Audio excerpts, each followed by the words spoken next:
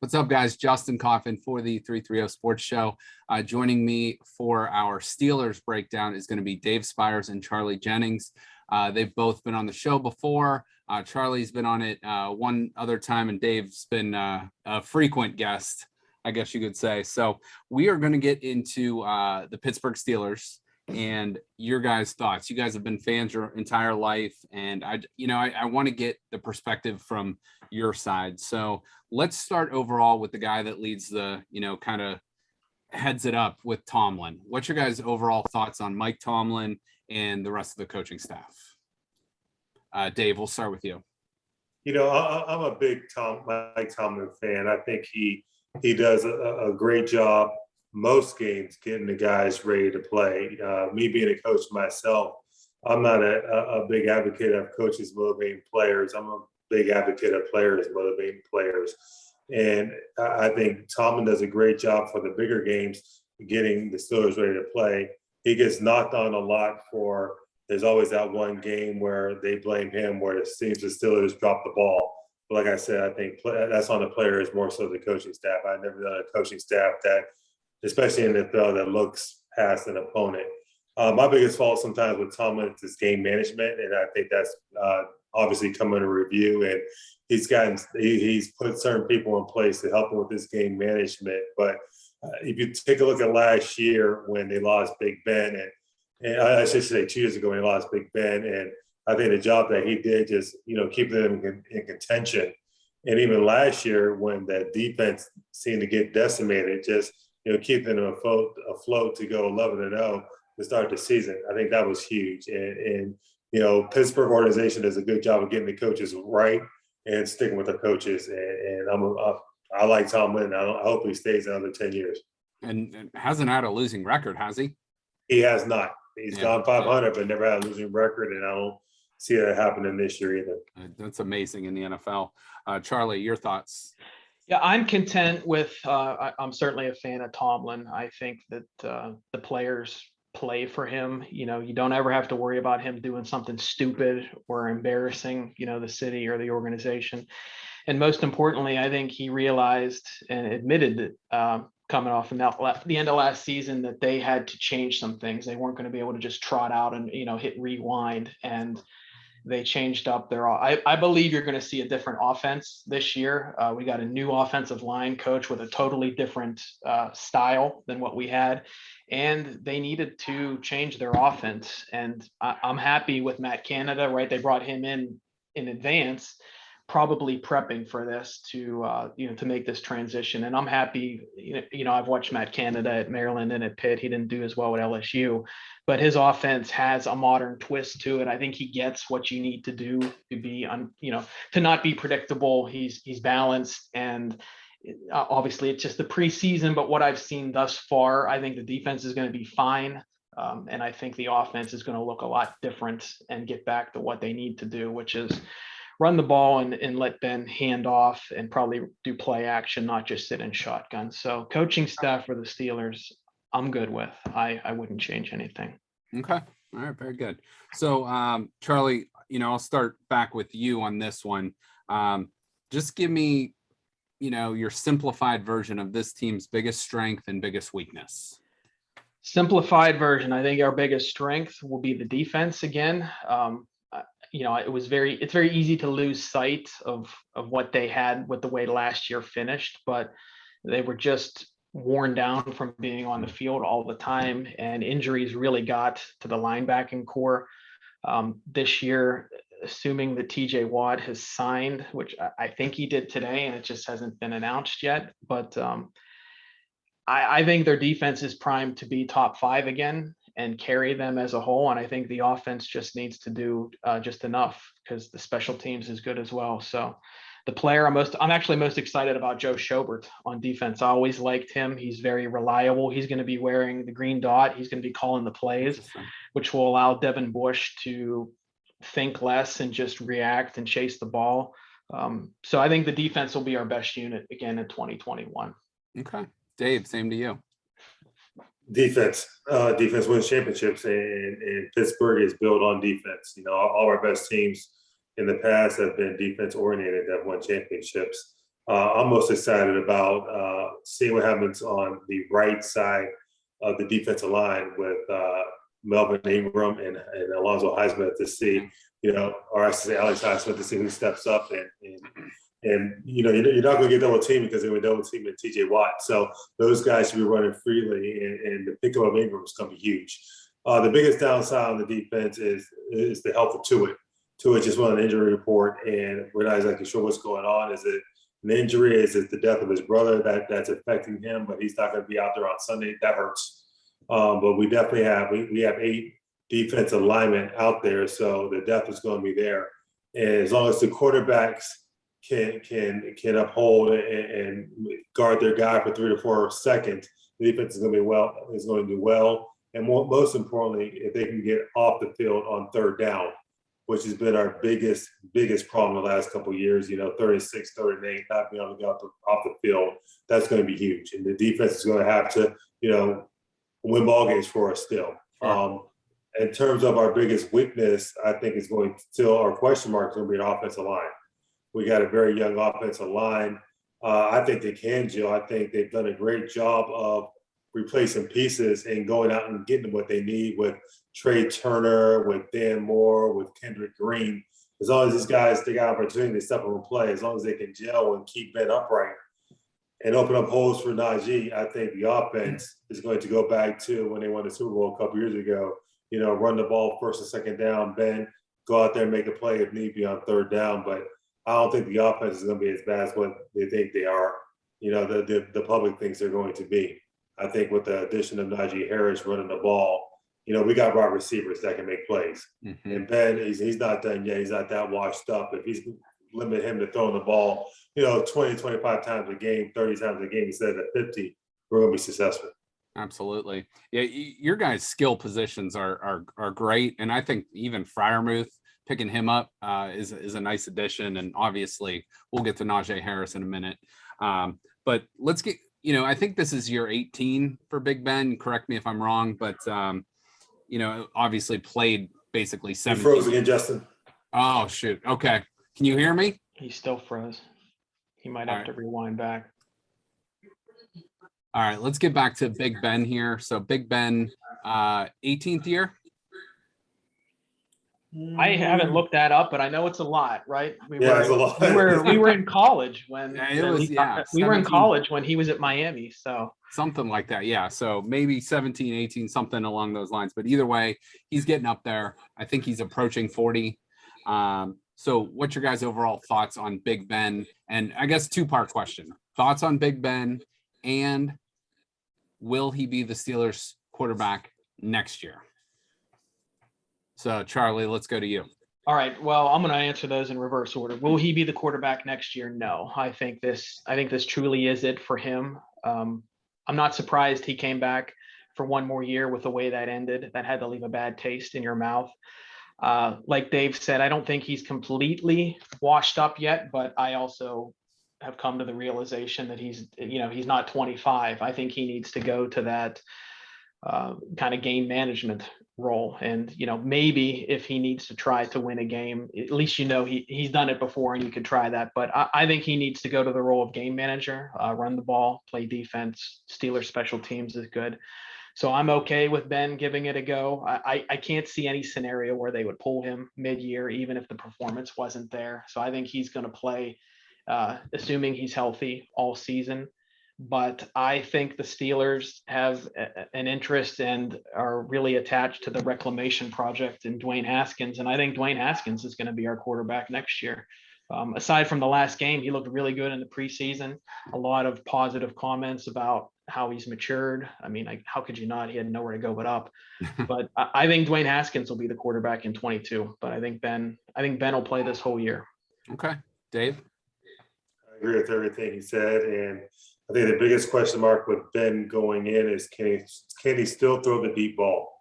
I think that's been his biggest strength, is throwing the ball up. And he's throwing the ball for grabs a lot with players making plays. And I think Claypool can do that. Can he get the ball downfield, 40, 50 yards? And more importantly, can we get away from throwing the bubble screen? Can we get away from throwing the 2-yard little bubble slant or whatever the heck they're trying to run there. If they do away from that, I think Ben's gonna be fine. And once again, being a game manager, a little bit like Phillip Rivers did last year, throw when you have to. Can he go out and throw 40 times a game and we win? Yes. Can he do it in back-to-back weeks? No. And if he's doing that, then it's on the offensive line, not offense. Okay. Yeah, that's right. He may, Ben may say that, but will he actually do it? Right. Will he stay with the plays that Matt Canada calls, or is he going to audible, whether he has the freedom to or not? Is he going to call the stuff that he likes, or is he going to truly be a game manager and kind of, you feel pressured? There's no shame in taking a sack. That's what I want to see out of Ben early is, hey, if it's not there, throw it away or go down. He does, like we said, he doesn't have to be a hero this year. This team has enough talent everywhere else. He does not have to be the best player on the team or the hero. He just needs to not be the reason they lose. Okay. And listen to your wife. I'm sure his wife is saying, "Baby, don't get hurt." He's saying exactly what Charlie said. Go down. Don't be a hero. Just listen to your wife. Go home and see a smile on her face. Yeah, dude. Be Tom Brady or Russell Wilson. Correct. Those guys don't ever get sacked. They feel it. If it's not there, they're on the ground. And that's okay. As a fan, if I see that, I'm okay with that. Absolutely. Yeah. Longevity. And it's weird because his strength for so many years was shrugging those guys off and, making the play, turning a broken play into something successful. So it's probably a weird change of mindset for him, but he did it a few times in the preseason, and even watching it, I'm thinking, what are you doing? I'm thinking, don't do that. Even though it worked. It worked. It doesn't look right anymore. And you get, you're holding your breath. I just want him to stay in the offense, make your reads. If it's not there, check it down or go down or throw it away. Yep. You don't need to be a hero. Okay. All right. Fair. All right. Let's get to Najee Harris, because obviously first round draft pick, this kid's a stud. Running backs aren't highly valued in the draft. Otherwise, he'd probably go a little higher. So your guys' overall thoughts on Najee Harris and what he's going to bring to the Steelers? You go first, Dave. When I was watching the draft and, it's time for Pittsburgh comes up, I stood up. My daughter was looking at me like, "Dad, what are you doing?" I'm going, Najee. And, he's a game changer, and he's a bruiser. He can hit the whole hard. He has a little bit of breakaway speed. He doesn't have that, you're not going to leave you in the dust, but he can break off a 30, 35-yard run. But more importantly, like Bettis, he can get you 3 to 4 of those tough yards. And I'm ecstatic to have him. I think that was a big need last year, and that was the difference between us, going further in the playoffs. And it's what we needed. We're a hard-nosed team. We're a hard-nosed town. We run the football, we play defense. That's what we do. And the one thing coming out of Pittsburgh is we're going to go back to Steeler football, and that's Steeler football.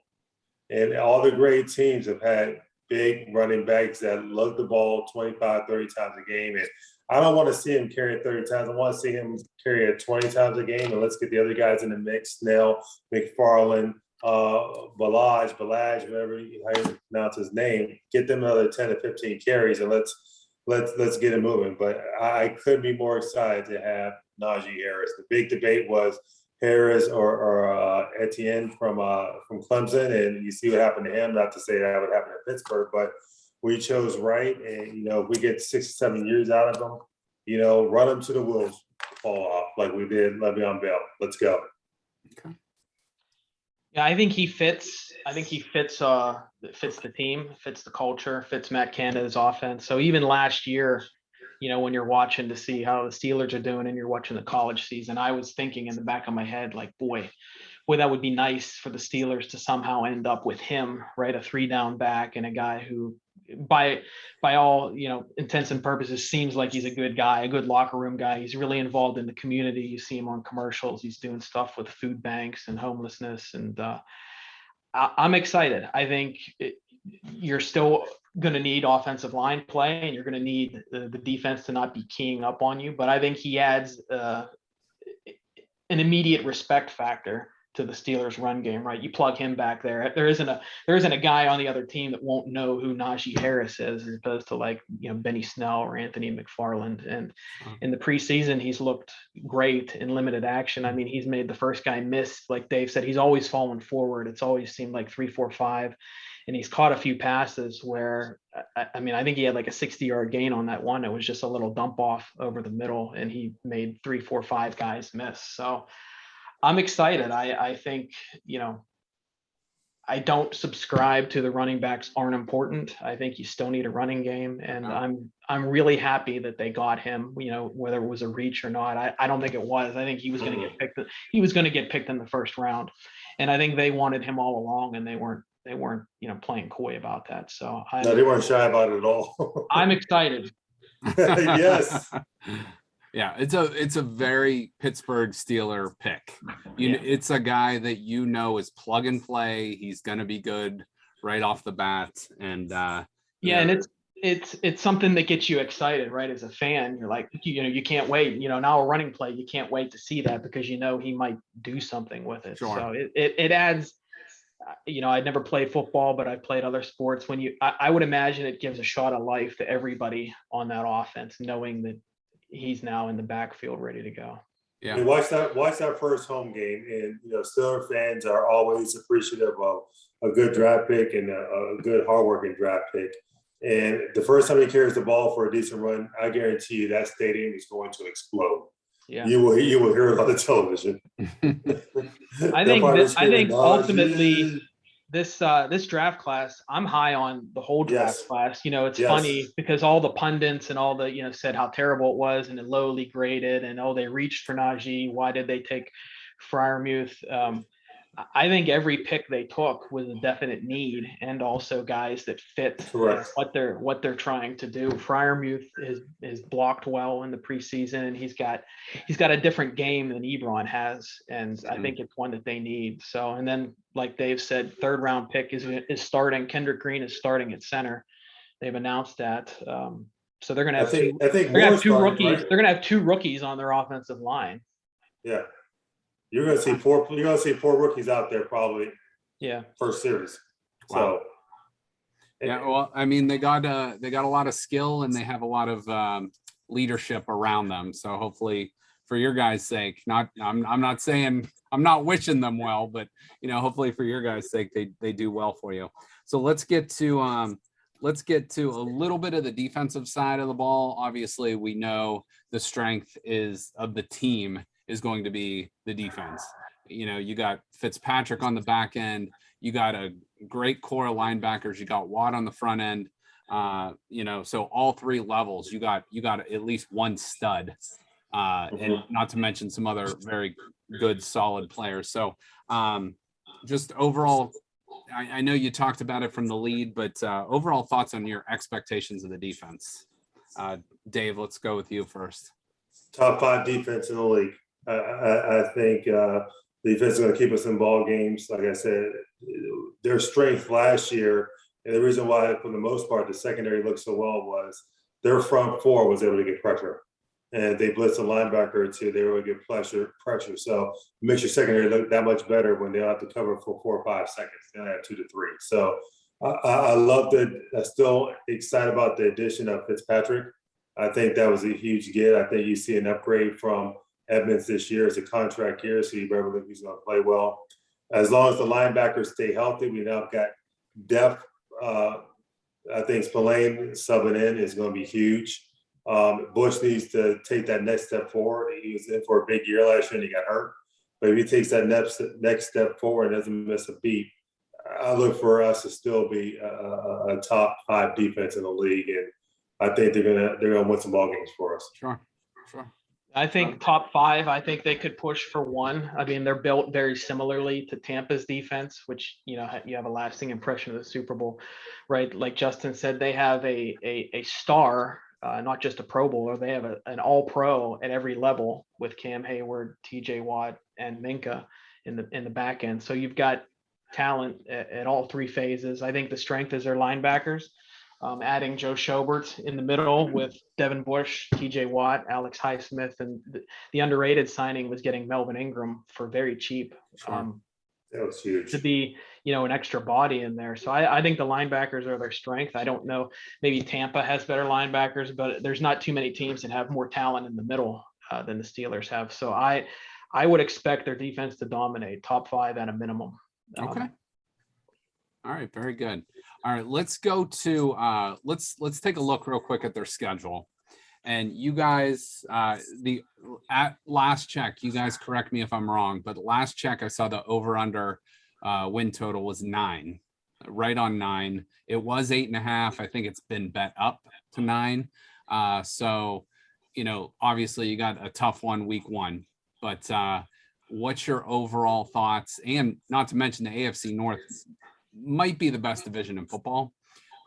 So your overall thoughts on the win total, and if you want to give a win-loss prediction for those 17 games, that's up to you. So Charlie, I know you said you got the win-loss total in the bag, so we'll lead off with you. Yeah, you're right, Justin. The total, the Vegas total was 9. I think that's low. I've went through their schedule and just sort of, looked at wins and losses and just have a general feel. I think they'll be 11-6. I think they're going to be better than most people think. I think Cleveland deserves and probably should be the betting favorite for the division, which they are. Baltimore, I think their injuries I think losing Dobbins is really going to hurt them. I think they might take a step back in terms of a game or two, but they're not going to go away. They're going to play defense and play special teams. I think the Bengals will be a touch better, but they're not quite ready yet. I don't think they have the stars and the talent that the other 3 teams do in the division. So I think the Steelers are 11-6. I think they'll challenge. I think if you look there, I think that second game against the Browns will mean something in Week 17 still, and I think they could win the division. I wouldn't be shocked if they won the AFC North again. Okay, Dave. I'm on the same lines as Charlie, man. We're looking at 10-7, 11-6. It's all about, as I've always said, it's all about momentum. And, I can we go into Buffalo and win? Yes. Will we? Probably not. We have not, unfortunately, played well in Buffalo.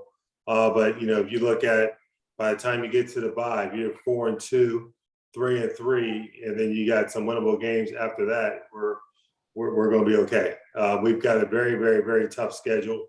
There's no back-to-back easy weeks, but you got a lot of weeks where you got to grind them out. And a tough schedule has never, with Pittsburgh, been a problem. It's when you mark a lot of those games as W's where it's been a problem. So I believe in Coach Tomlin, have them ready to play, and I definitely think we're going to be a playoff team. I think Baltimore is going to take a step back, unfortunately, with the injuries. It's going to be us and Cleveland battling out. But I think you're looking at definitely a 2-team representation in the AFC playoffs out of the AFC North. Very good. It'll be fun. Obviously, you guys know I'm a Browns fan. I think it's just fun, at least from my perspective. I don't know how you guys feel, to have the Browns-Steelers game actually mean something, especially like Charlie said, that second one could be for playoff positioning or whether a team gets in or not. So it really does mean something. Yeah, I think it's good, right? Steelers have had a rivalry with Baltimore for a while now, but you're more interested, at least I am, because Cleveland you got the personal connection to it, right? You've got family members, you've got friends that care about it. So I love that the Browns are back. I think that's fair to say, and that I think these two are set up to battle for a while, and I love it. No doubt. Dave, what's your thoughts on the Browns Steelers? Now, you guys have beat the hell out of us for like 2 decades. So what's your thoughts on it? It's for the last 20 years, 15, 20 years, we've been your rival. You have not been ours. Correct. It was the Bengals for a time, then it really became the Ravens. It's actually, at least from my perspective, it's personal now. I mean, and a lot of that stems from being in Youngstown, but also a lot of the fact that when you guys play us, it's your Super Bowl.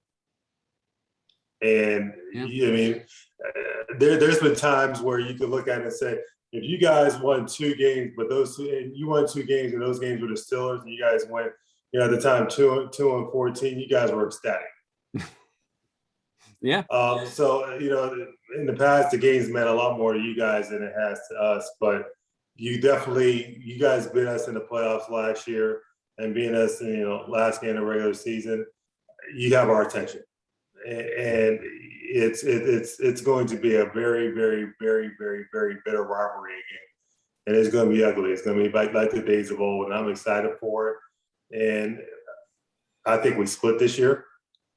Don't know what that's going to look like, but it's going to be very, very intense, and they mean something. It is nice to have the rivalry back.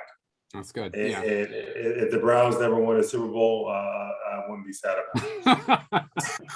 And that's fair. If the Steelers, what do you guys have? 6? You guys have 6 titles? 7? Six. How many we got. You know exactly how many we have. Uh, They don't call it Sixburg for nothing. well, I'm happy with it staying at 6 for the rest of our days. So no, but it's great to have that game, at least from my perspective, means something. And Dave, you and I are Buckeye fans, and it's kind of that way with Ohio State. They just beat up Michigan. Mm-hmm. Michigan has that overall win total still on the Buckeyes. So that game's not even fun. It's going to be a lot. I think you have a lot of parties this year for the game. It's going to be a lot of fun. Yeah. There's going to be a lot of excitement. I mean, I still look back at the playoff game that I was mad that they put the game on at 8:00 at night. And then I'm like, I sit around all day without having any cocktails. And the game was over before I even poured one, so I'm ready this year. No doubt. All right. Let me just, let me get you guys out of here on a few more questions. So let's do this. Rank the AFC North 1 to 4. Charlie, let's go with you. I'll say Cleveland, Pittsburgh, Baltimore, Cincinnati. Dave? Same. I think Okay. that's the way it should be going into the season. Okay. All right. I'm going to have you rank this as well. Rank the AFC North quarterbacks 1 to 4. I'm going to go Lamar, Joe Burrow, Baker, Ben. Interesting. Okay. Charlie? I would say Dwayne Haskins 1, probably Baker Mayfield 2, Lamar Jackson 3, Joe Burrow 4, Ben 5. Interesting. Okay. So you guys think it's got to be the rest of the offense that picks up the slack for Ben this year? Yeah. I do, but also, don't get me wrong. I don't think Ben's I don't think he's horrible. Right. I just think, if I have my choice of quarterbacks for this year, it would be tossing between, he'd be third or fourth between him and Baker, in my opinion. I'd take Lamar, and I would take Burrow over both those guys. And I know Lamar doesn't throw the ball traditionally that well, but I think the dual threat that he has, if he put some weapons around, I think it'd be okay. I agree with you guys on Burrow too. I think he's kind of facing the same thing. If you can keep him upright, he can put up the numbers. Give me one under the radar player that maybe Browns or Bengals or Ravens fans might not be aware of that you think could make an impact for the Steelers. I'm going to say McFarland. Okay. Anthony McFarland. He's going to spell Najee, but he's going to be maybe a third down back a little bit for him, but he's got some breakaway speed. They used him a little bit last year, but I like what I saw from him in the preseason, running the ball and more importantly, catching the ball. So I think that's my guy. Okay.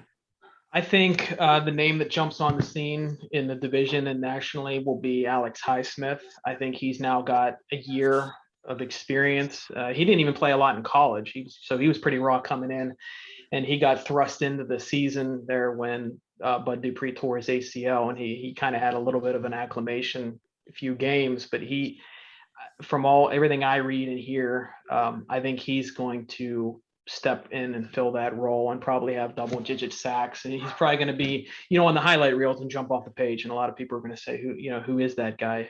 Because they haven't heard of him before. All right. Good name drops. All right.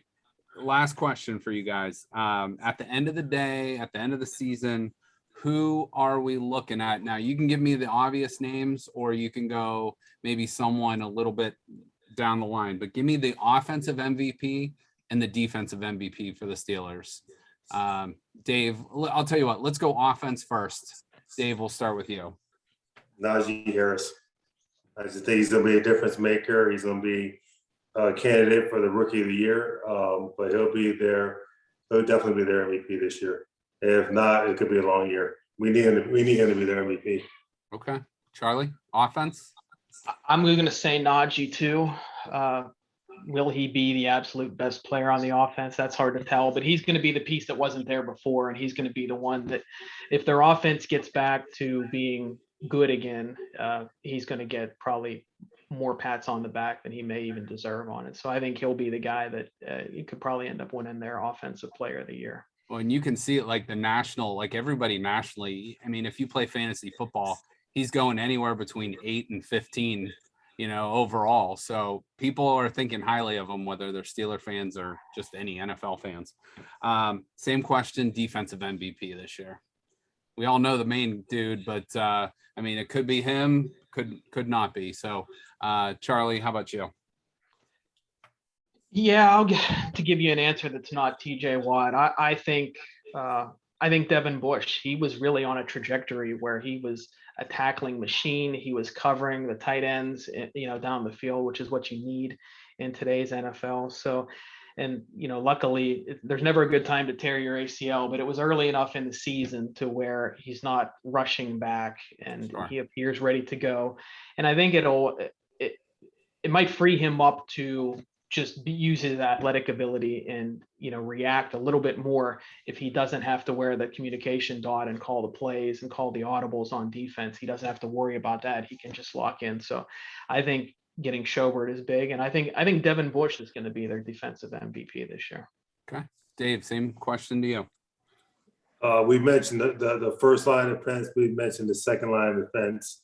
I'm going to go with the third line of defense and Minkah Fitzpatrick. I think our defense is at its best when he's out there making plays, whether it's sneaking up and getting a sack or, more importantly, getting an interception and holding down that defense back there. So if he can be, very Troy Polamalu-like, I think that's going to be a huge asset for us and make sure that nobody gets deep. But more importantly, come out to the line of scrimmage and making a play is going to be huge. So I think we mentioned 3 great defensive players. I think all 3 of those guys are viable candidates to be defensive player of the year for the team. And I'll be surprised if there's anybody but one of those 3. Okay. All right. Very good. Well, again, guys, I appreciate you sharing the knowledge with us on the Steelers. I'm not rooting for you, but I do respect them. So we'll see how this all turns out. Dave has them 10-7 or 11-6, and Charlie has them 11-6. So if you trust these guys, bet the over. Where do you have them? I have them right. I have them 9-8 or 10-6 or 10-7. Okay. I'm sorry, 9-8, and so I like the over. I think it's a safe bet. The Steelers still scare the shit out of me. So. Yeah. You know. I can't see any way they're just 9-8. I mean, even in that year when Ben got hurt and they were playing whoever at quarterback, they were still better than that. So with their defense and special teams and just kind of pedigree, I think there's no way they don't win at least 10 games. All right, gentlemen. Well, thank you see. again. Now we're on tape and we'll see how it goes.